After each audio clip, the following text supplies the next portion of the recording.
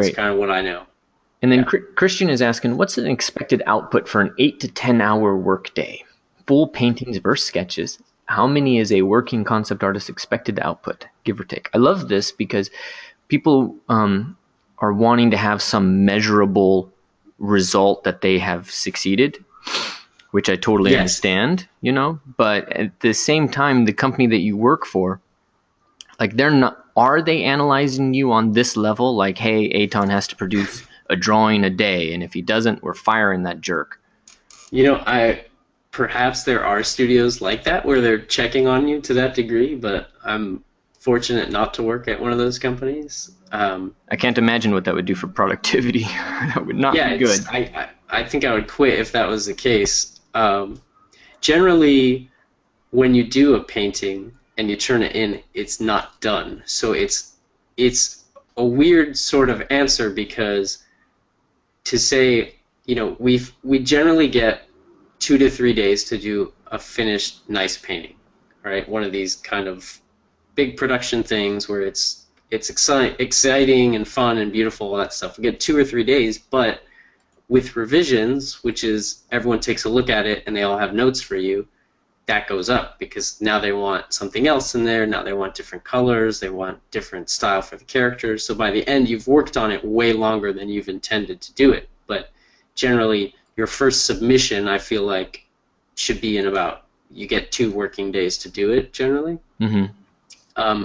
Anything less would be for sketches. Maybe you could do a handful of sketches in a day or a handful of color sketches in a day, but um, we don't get really, we're not getting yelled at if we're not producing at a quick enough pace, luckily. But it's sort of, yeah, I would say 2 or 3 days for a finished painting and a couple days or a day for a batch of sketches.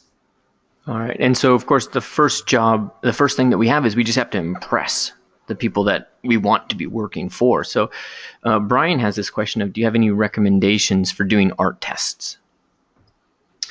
Yeah, at least for our studio, the art test is almost everything. So the portfolio gets us to look at you, but the test is where we see if you're hireable or not. So put every last effort you can into it. See if you can contact people at the studio and ask them, what they look for or what's like a bar for the quality of the test. But in general, you need to be as good or better than the people that already work there. So it's a good idea to see and track down the artists working there, see what their stuff looks like from production, and put all of your heart into that test and make it the best thing you've ever done. Don't rush it. Don't put it to the last minute.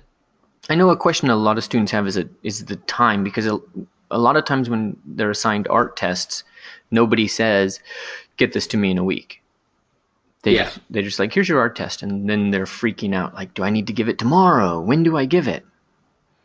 You give it when it's good and ready, when they pry it from your dead hands. Put all of your life into that painting, make it beautiful, because an okay art test will, maybe get you halfway there. An amazing art test, you'll get a call the next day, and they're like, "Okay, cool, here's our offer. Like, you're in."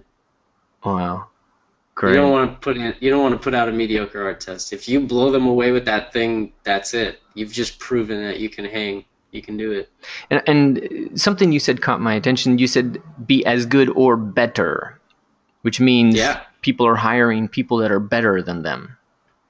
Yeah, because why would you want to hire somebody that's worse than the people that work at the studio? Just from a business standpoint, right? Right, right. Unless we're talking about a smaller position, yeah, that might happen. But in general, for a full-time position, they want somebody that is going to kick ass. They want somebody amazing. They're going to hire somebody that has jaw-dropping talent out there. They're not just looking for average, like, run-of-the-mill stuff here. They want you to blow them away. That's your job.